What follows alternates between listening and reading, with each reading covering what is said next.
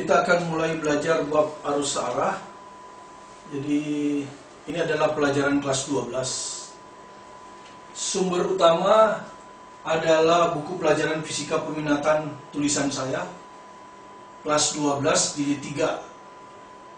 Kemudian soal-soalnya selain diambil, kalau konsep teori diambil dari referensi buku pelajaran, kemudian kalau soal-soalnya gabungan dari buku pelajaran ditambah soal SSJ saat-saat jelang pra-UN 2016, kemudian textbook SNPTN revisi 2015, dan Olimpiade Sains Nasional Fisika untuk SMP. Semua tulisan saya. Kita merencanakan bab ini selesai dalam 6 kali pertemuan, tapi mungkin yang tampil hanya pertemuan 1 dan 2 di video ini, sedangkan pertemuan ketiga, 4, 5, 6 hanya kita berikan pada DVD. Oke, kita akan mulai.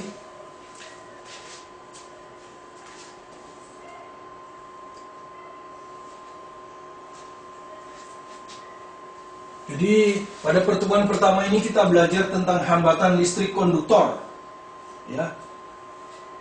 Faktor-faktor apa saja yang mempengaruhi hambatan seutas kawat konduktor listrik. Jadi kalau Anda di rumah sering lihat ada kabel, di dalamnya itu adalah konduktor. Nah, ini arus yang melalui kawat konduktor itu bisa kita analogikan dengan hambatan lalu lintas, ya. Kalau kita di lalu lintas itu kan ada jenis jalan, ada panjang jalan dan ada luas jalan, ya. Jadi kalau jalannya beraspal itu kendaraan mudah lewat, ya. Jadi jalan aspal itu mungkin diasumsikan dengan konduktor listrik, ya. Ya, jadi ini mudah lewat, jadi hambatan jenisnya kecil, ya. Hambatan jenisnya kecil, ya. Ini mewakili konduktor. Jadi kawat itu mudah dilalui arus. Kemudian kalau jalannya panjang, maka hambatannya tentu besar. Lalu lintas itu kalau jalannya panjang, kita tentu akan mengalami hambatan yang lebih besar. Jadi ini sama dengan kita panjang kawat, ya, panjang konduktor, ya. Ini panjang konduktor. Kalau ini jenis konduktor, ya. Tentu besi berbeda dengan tembaga. Kemudian kalau jalannya lebar atau luas, maka hambatannya kecil karena mobil tidak mengalami kesulitan. Tapi kalau jalannya sempit justru sukar untuk lewat. Jadi luas jalan A, ya. Kalau di kita ini luas penampang dari kawat. Kalau luas penampang kawatnya besar, arusnya lancar. Jadi akhirnya dari sini kita bisa rumuskan bahwa R bergantung pada jenis jalan. Kalau di kita jenis kawat. Kemudian berbanding lurus dengan panjang kawat. Kalau kawatnya makin panjang, hambatannya makin besar. Tetapi berbanding terbalik dengan luas penampang kawat, ya. Inilah rumusnya yang bisa dianalogikan dengan jalan, ya, hambatan lalu lintas. Kemudian sebelum kita membuat contoh, tentu kita harus mengerti masing-masing apa itu rho, ya.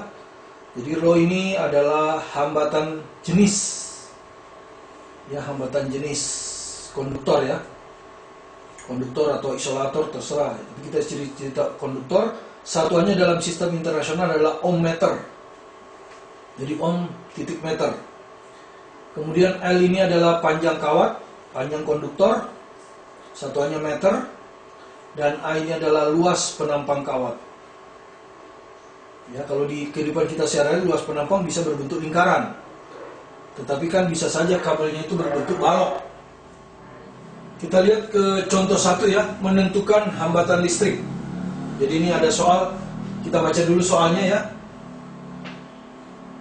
Sebuah balok aluminium, jadi kalau Anda lihat ini adalah balok aluminium, memiliki dimensi seperti ditunjukkan pada gambar. Jadi panjangnya ini, taruhlah ini pokoknya adalah 1,2, mungkin lebar kalau kita, panjangnya 15 cm, tingginya 1 cm.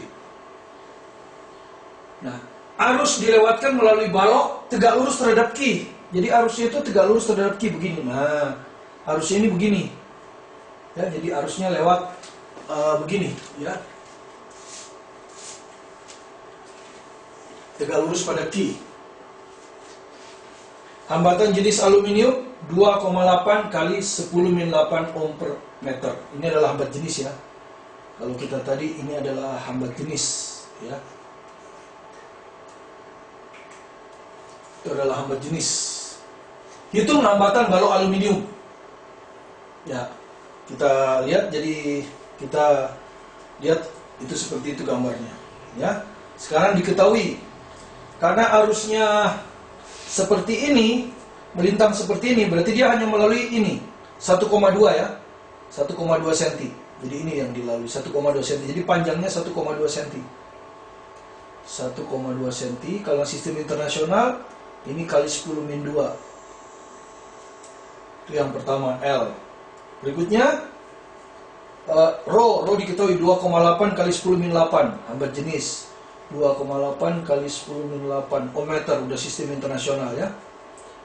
Kemudian sekarang luas penampang. Nah, karena arusnya ke depan begini, berarti penampangnya ini, ya. Penampangnya adalah yang Q, ya. Jadi penampangnya adalah Q, luas Q ya. Luas Q itu adalah yang panjangnya yang ini. Kalau di soal kita itu adalah 15 cm. Ini 15 cm dan yang ini. Yang ini itu kalau Anda lihat ini 1,0 cm. Dengan demikian luasnya adalah 15 cm dikali 1,0 cm. Jadi 15 cm kuadrat kalau dijadikan meter persegi 10 min 2 pangkat 2, 10 min 4 ya. Jadi sistemnya internasional. Oke. Nah, kita sekarang tinggal menghitung hambatan. R sama dengan Rho L per A. Ya. Ini diminta dihitung. Kemudian Rho-nya sudah ada 2,8 kali 10 min 8. Panjang kawat juga sudah ada 1,2 kali 10 min 2 meter. Luas penampang juga sudah 15 kali 10 min 4. Jadi tinggal dimasukkan ya. Rho 2,8 kali 10 min 8. Satuannya nggak usah dimasukkan karena internasional. L-nya juga 1,2 kali 10 min 2 dibagi 15 kali 10 min 4. Nah, kalau ini kita hitung, tentu kita hitung angka dengan angka ya. 2,8 angkanya. Ini angkanya 1,2 dibagi 15. 10 pangkatnya dijumlahkan semua. Ini min 8. Ini min 8. Min 2. Terus min 4. 10 min 4 naik 10 pangkat 4 jadi plus 4. Ya, kalau kita hitung ini 28 kali 12 dibagi 15 kali 10 min 2 ya. 10 pangkat 2. Karena ini dikali 10 berarti ini harus dikali 100. Dikali 10 pangkat min 8 min 2 min 10 min 6. Iya, 15 kalau kita bagi 3 5, 12 dibagi 3 4. Akhirnya kalau kita hitung ini kita akan dapat 1,87 kali 10 min 7 ohm. Ini hasilnya. Hambatan listriknya. Ya, jadi sekali lagi kita menghitung di sini hambatan listrik berdasarkan besaran-besaran dasarnya ya. Jadi hambat jenis diketahui, panjang diketahui A. Dan ingat ini arusnya masuk pada penampang Q. Tentu berbeda kalau ditanya arus yang masuk ke penampang P. Nah, di dalam buku pelajaran saya, contoh soalnya adalah arusnya lewat pada penampang P. Ya, nah, silakan Anda bandingkan dan mungkin Anda harus juga buat bagaimana kalau arusnya lewat penampang S. Nah, tadi kita udah belajar faktor yang mempengaruhi hambatan konduktor ada 3 ya, jenis kawat, panjang kawat dan luas penampang kawat. Tetapi ada juga faktor lain yang mempengaruhi hambatan konduktor, yaitu suhu. Mengapa? Karena Anda sudah tahu bahwa suhu itu akan menyebabkan panjang memuai. Padahal kalau panjang memuai berarti hambatan konduktor juga berubah. Jadi analogi pengaruh suhu pada hambatan konduktor itu mirip dengan pemuaian panjang. Ya, waktu Anda belajar pemuaian panjang ada L0 panjang awal. Ya, ada L0 ini panjang awal. Maka di kita ada hambatan awal, yang mana yang kita anggap awal gitu ya. Kemudian nanti ada panjang akhir L. Ya, di sini juga ada hambatan akhir. Ya, hambatan pada suhu akhir. Dan di sini ada delta L, ya, perubahan panjang. Di sini ada delta R, perubahan hambatan. Ya, jadi mirip. Anda sudah tahu rumus dari pemuaian adalah perubahan panjang itu adalah koefisien muai panjang kali panjang awal kali kenaikan suhu atau perubahan suhu. Mirip dengan ini, sama, hanya mengganti L dengan R. Ini akan ada delta R sama dengan alpha R0 delta T. Ya, alpha R0 delta T. Ya, cuma di sini, kalau di sini itu koefisien muai panjang. Ya, dengan notasi yang sama, ini tentu bukan koefisien muai panjang, tapi koefisien suhu pada hambatan, ya. Koefisien suhu pada hambatan, ya. Koefisien suhu pada hambatan.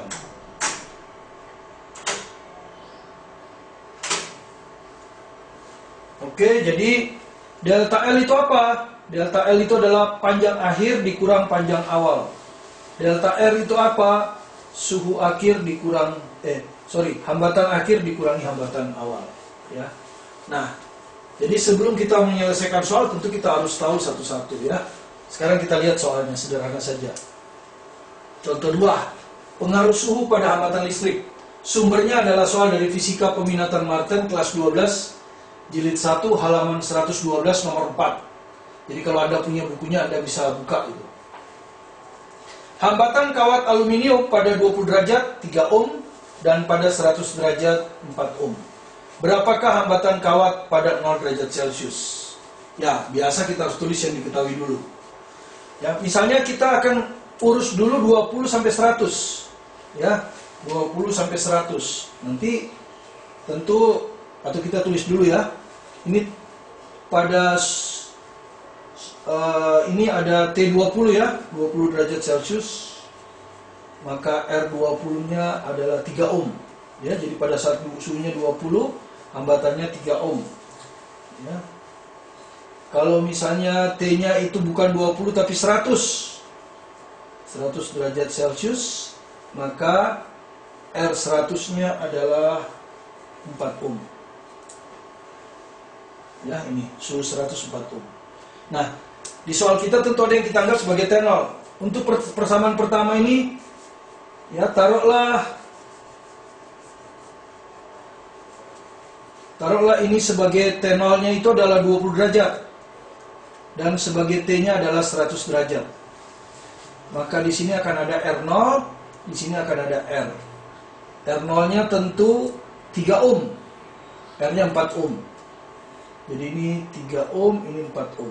Nah, dari sini kalau kita substitusikan rumus delta R sama dengan alpha R0 delta T.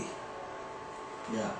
Jadi delta T bisa kita cari dari sini. Delta T adalah suhu akhir dikurang suhu awal. Ya. Suhu akhir 100, ini 100, suhu awal 20. Jadi 100 kurang 20, 80. Ya, jadi delta T-nya sudah tahu 80. Kemudian delta R adalah R kurang R0. Jadi 4 ohm kurang 3 ohm sama dengan 1 ohm, ya. Sama dengan 1 ohm. Jadi ini juga tahu. R0 tahu, ya. Ini R0 3 ohm. Jadi jelas dari sini alpha bisa dihitung karena hanya alpha yang nggak diketahui. Jadi kalau kita lihat alpha sama dengan delta R per R0 delta T. Kalau kita masukkan delta R-nya 1, R0-nya 3, delta T-nya 80. Jadi kita dapat alpha itu 1 per 240. Ya. Jadi dengan meninjau suhu 20 dan 100, kita tahu bahwa alpha 1 per 240. Tetapi kita belum ada pertanyaannya. Nah, sekarang kita lihat yang ditanyakan adalah berapakah suhu hambatan kawat pada 0 derajat? Jadi yang ditanyakan adalah berapa hambatan pada 0 derajat Celcius. Nah, sekarang kita bandingkan antara 0 dan 20. Ya, jadi kita bandingkan antara 0 dan 20. Jadi kita ambil T0-nya 0. T-nya 20. Berarti kalau T0-nya 0 berarti R0. R0-nya adalah R yang ditanyakan, ya. Kan ditanya itu R0, suhu hambatan pada 0 derajat Celcius. Ya, jadi kita udah tahu R0 ditanya. Pada suhu 20, R-nya tadi 3 ohm, ya. 3 ohm. Ya. Dan alfa sudah diketahui ya, 1/240. Ya. Sekarang kita hitung delta T. Delta T, T kurang T0. Ya, karena di sini ada delta T kan. Ya, sekarang T-nya 20, T0-nya 0. Jadi 20 dikurangi 0, 20. Delta R sama dengan R kurang R0. Ya, R-nya, ya, artinya apa? Kalau kita tahu delta R, R0-nya ketemu ya. Ini, ya, delta R sama dengan 3 kurang R0. Jadi kita cari delta R. Oke, kita tulis lagi rumusnya. Ya, di sini. Delta R sama dengan alfa R0 delta T. Ya, delta R-nya kita hitung. Delta R sama dengan alfanya, ya, 1/240. R0 nggak tahu juga ya, nggak tahu juga R0. Delta T 20 ya. Sekarang delta R kita masukkan. Delta R adalah 3 kurang R0. Jadi ini 3 kurang R0 sama dengan, ya, kalau ini kita hitung berapa ini? 1/12. Jadi R0/12. Nah, tampak di situ bahwa persamaannya hanya mengandung R0 ya. R0. Jadi misalnya kalau kita kali 12, ya, yang kiri kita kali 12, 3 kali 12, 36. R0 dikali 12, 12 R0. Yang kanan kali 12 sisa R0. Nah, kemudian kalau kita pindah ke kanan, ini adalah 12 R0 tambah R0 sama dengan 13 R0.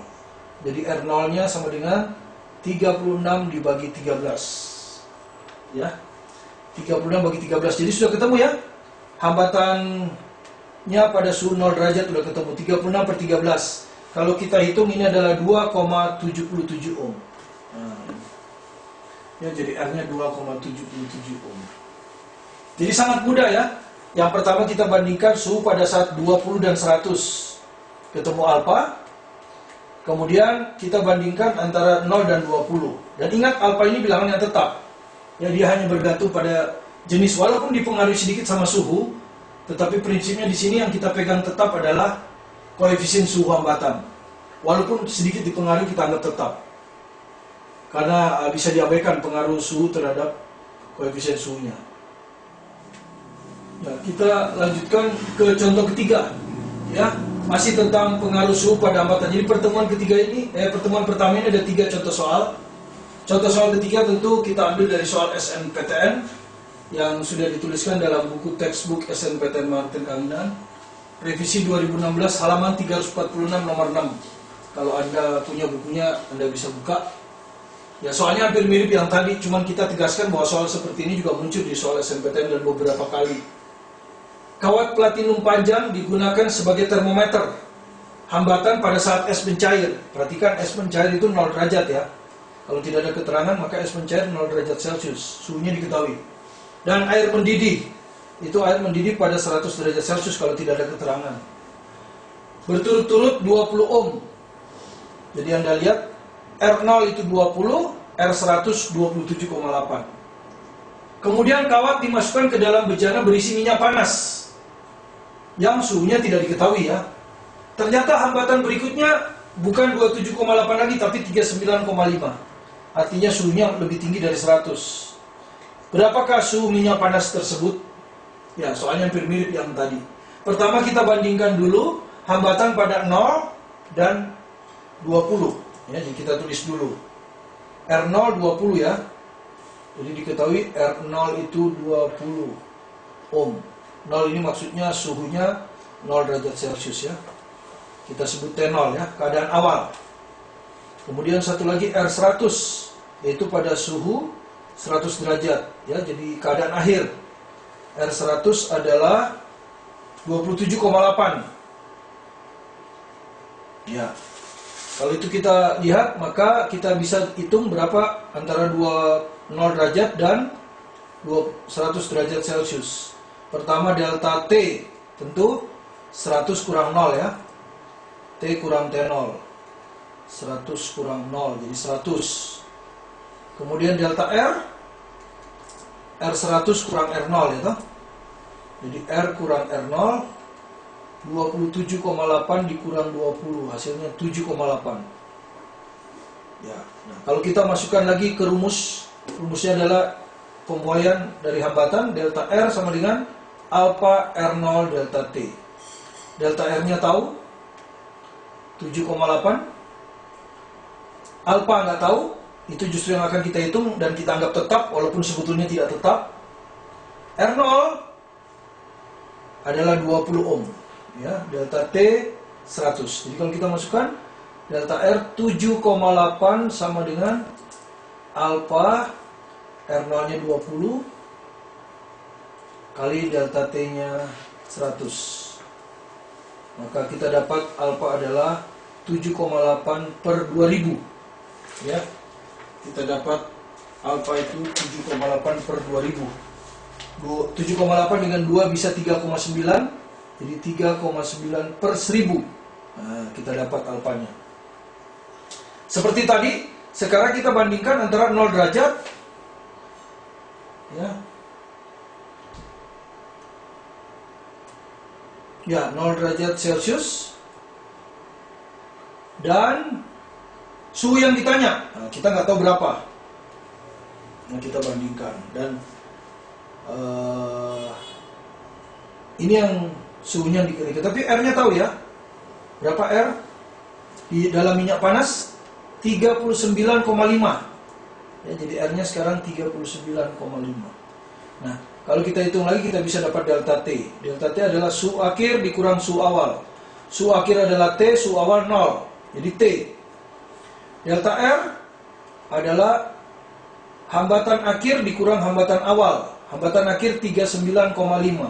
Hambatan awal pada saat 20, pada saat 0 derajat Celcius adalah 20. Jadi dikurang 20, kita dapat 19,5. Ya, dan ditanyakan adalah suhu ya, minyak panas. Ya, kita masukkan lagi ke rumus.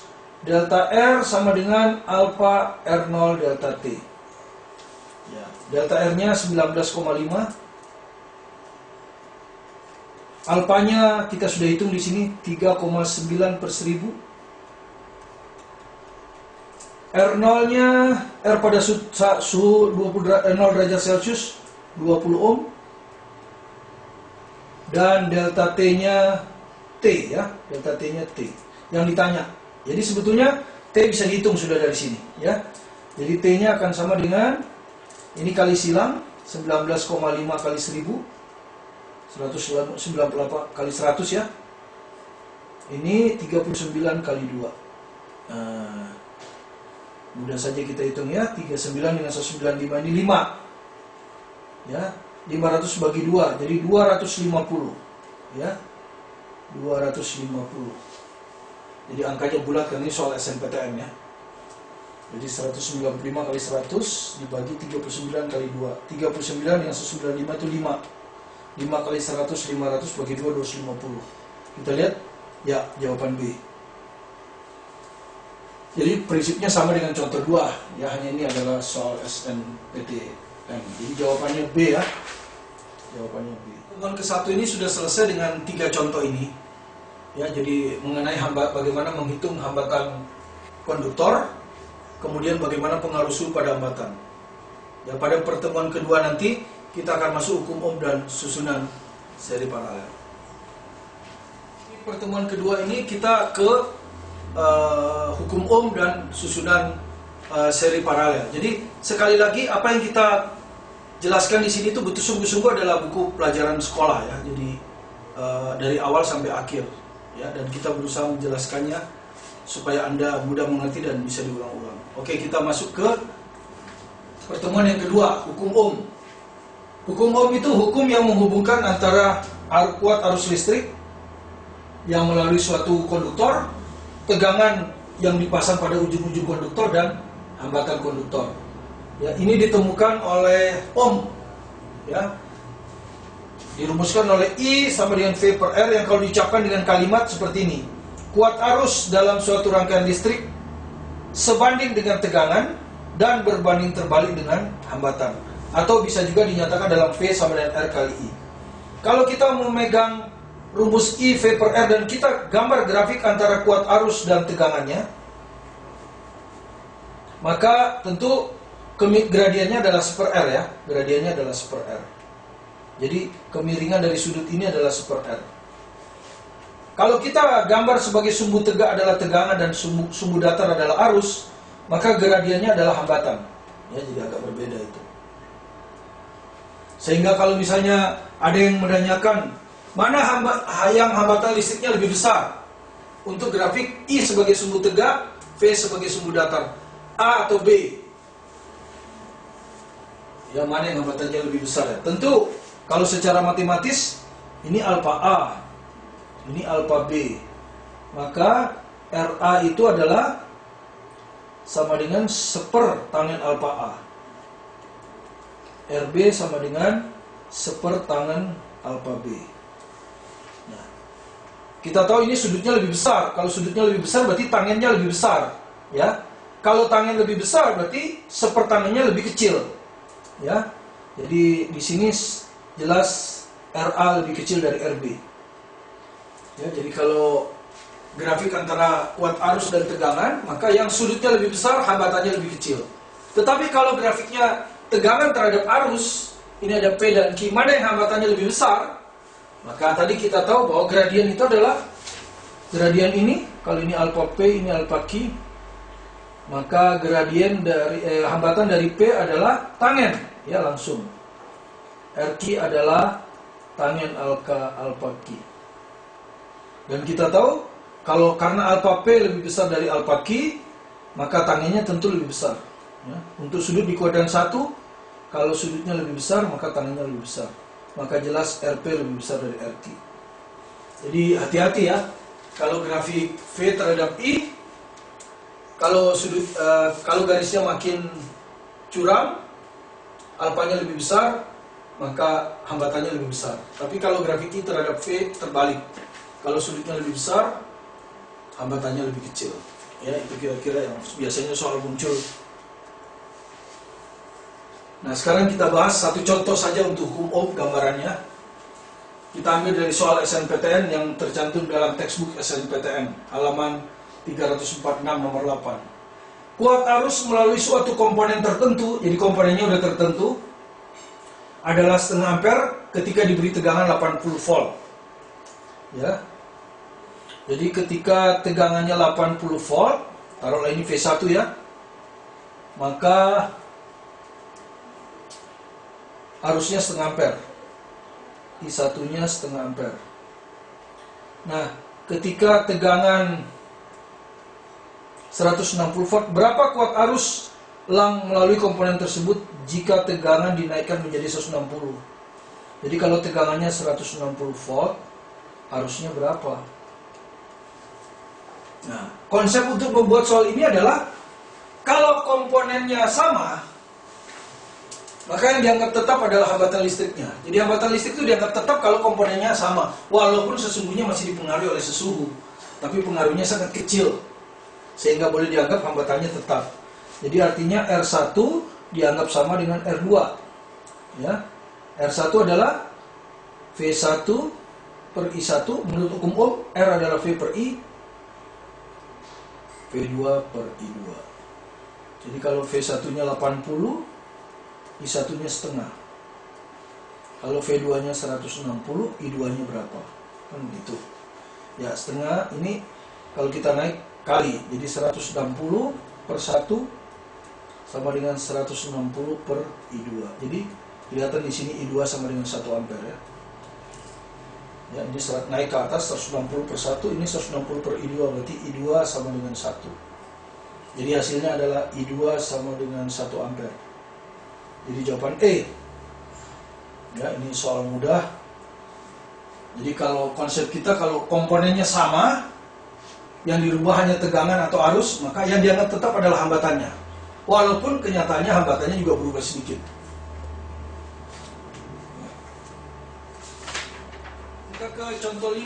Ini biasanya kadang-kadang soalnya keluar, kalau jawablah A kalau 1, 2, 3 benar, jawablah B kalau 1, 3, jawablah C kalau 24, jawablah D kalau hanya 4 yang benar, dan jawab E kalau betul semuanya.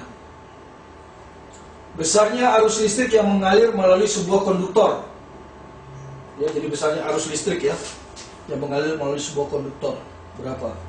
Nah, tentu kita periksa bersama pernyataan 1 kan. Kalau pernyataan 1 kita tidak bisa, kita lihat pernyataan ketiga. Ya, kenapa? Karena kalau 1 benar, 3 pasti benar. Jadi kalau 1 kita nggak tahu, ya kita nomor 3. Oke. Arus besar ditentukan oleh besarnya hambatan rangkaian. Besarnya arus listrik yang mengalir melalui sebuah konduktor ditentukan oleh besarnya hambatan rangkaian. Ya, jadi kalau kita lihat memang ini ceritanya kan kalau hambatannya makin besar tentu arusnya makin kecil kan. Jadi ada hubungannya. Karena dirumuskan I sama dengan V per R. Jadi besarnya hambatan ini akan mempengaruhi besarnya arus. Jadi jawaban nomor 1 benar. Kalau nomor 1 benar, maka 3 pasti benar. Karena 1 dan 3 itu berhubungan. Berarti kita harus periksa nomor 2. Nomor 2. Kerapatan elektron konduktor. Jadi kalau konduktor itu elektronnya rapat, maka arus sukar lewat ya. Arus sukar lewat. Ya, jadi ada pengaruhnya juga. Jadi makin rapat konduktor, arus makin sukar lewat ya. Jadi nomor 3 juga benar. Dan nomor 2 juga benar. Kerapatan elektron konduktor mempengaruhi besarnya arus listrik.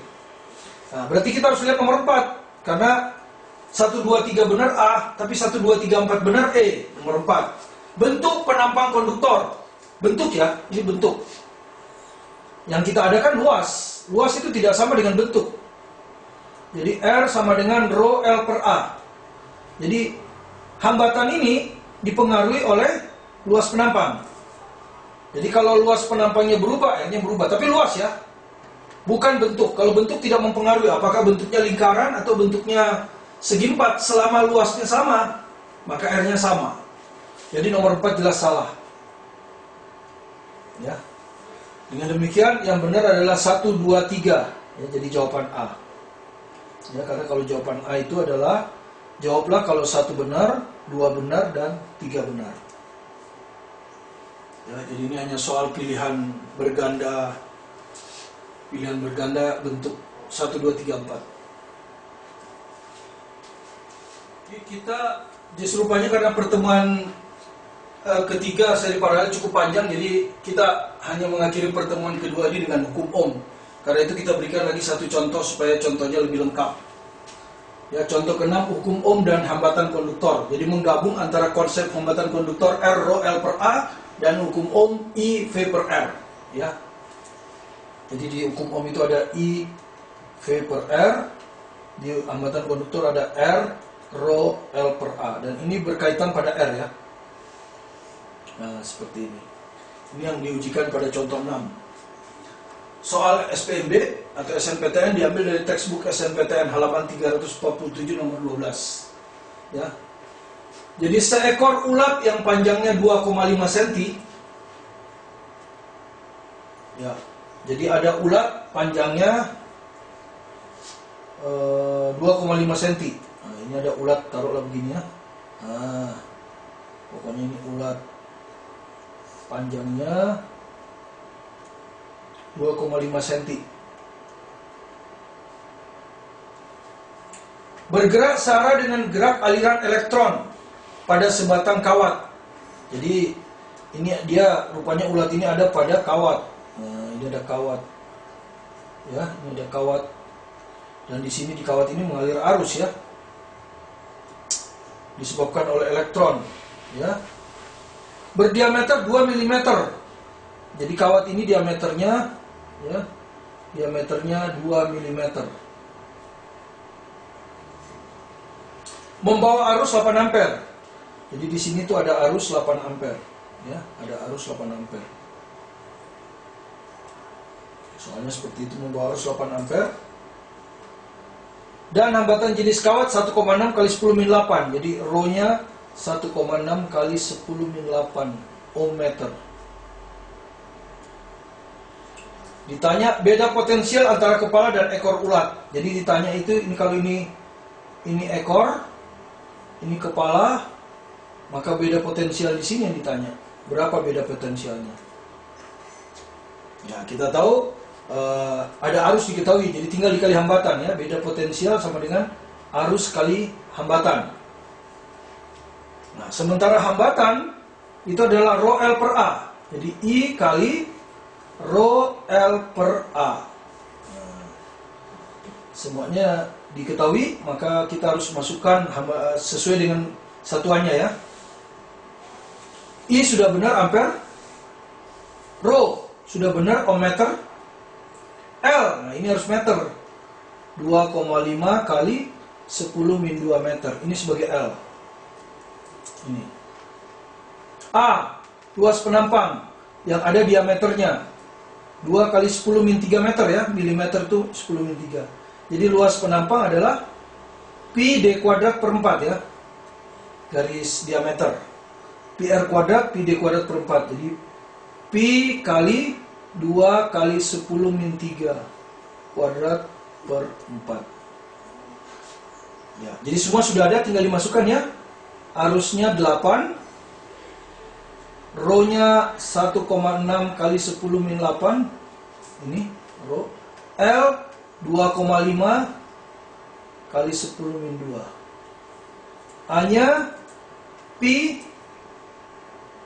per 4 kali 2 dikuadratkan 4 ya, 2 dikuadratkan 4, 10 min 3 dipangkatkan 2, 10 min 6 ya. Jadi kalau kita lihat ini 4 dengan 4 habis. Jadi kita tinggal hitung 8 kali 1,6 kali 2,5 ya, 8 kali 1,6 kali 2,5 per pi. Per pi itu 3,14 ya. Atau ya 3,14. Kita lihat jawabannya di sini ada pi nggak? Nggak ada, berarti di ubah 3,14 kali 10 pangkat min 8 min 2 min 10 plus 6 min 4 ya, ini min 4. Nah begini. Kemudian kalau kita lihat di jawaban itu 10 min 3, semua 10 min 3 ya. Ya 10 min 3, kita 10 min 4, berarti 8 kali 2,5 berapa? 20 berarti 2 kali 1,6 per 3,14 kali 10 min 3. Nah, kenapa? Karena 20 10-nya ditaruh di sini. 10 kali 10 min 4 adalah 10 min 3. Udah benar. Jadi tinggal indeks ini aja berapa ini? 3,2. Ya, jadi 3,2 dibagi 3,14 kali 10 min 3. Kalau kita lihat ini mendekati 1. Ya, 3,2 3,14 mendekati 1. Jadi tentu jawaban yang benar adalah A. Ya, 1. Semuanya sudah sama 10 min 3. Jadi yang mendekati 1 yang betul. Jadi jawabannya A. Ya. Jadi kalau kita lihat di sini tadi ini kan 3,2 ya per 3,14 kali 10 min 3. Ya, mendekati 1 kali 10 min 3 volt ya. Ya, kita hitung sini tadi. Ya, begitulah cara menghitung ya. Jadi kita hanya hitung cukup pendekatan. Dengan demikian pertemuan pertama telah selesai ya. Jadi pertemuan pertama tentang hukum Newton ini dengan 3 contoh soal, contoh 4, contoh 5, 6 selesai. Kita akan lanjutkan lagi dengan pertemuan yang ketiga yang lebih menarik, yaitu tentang susunan seri paralel hambatan. Terima kasih, sampai ketemu lagi di pertemuan ketiga. Saya Martin Kalina.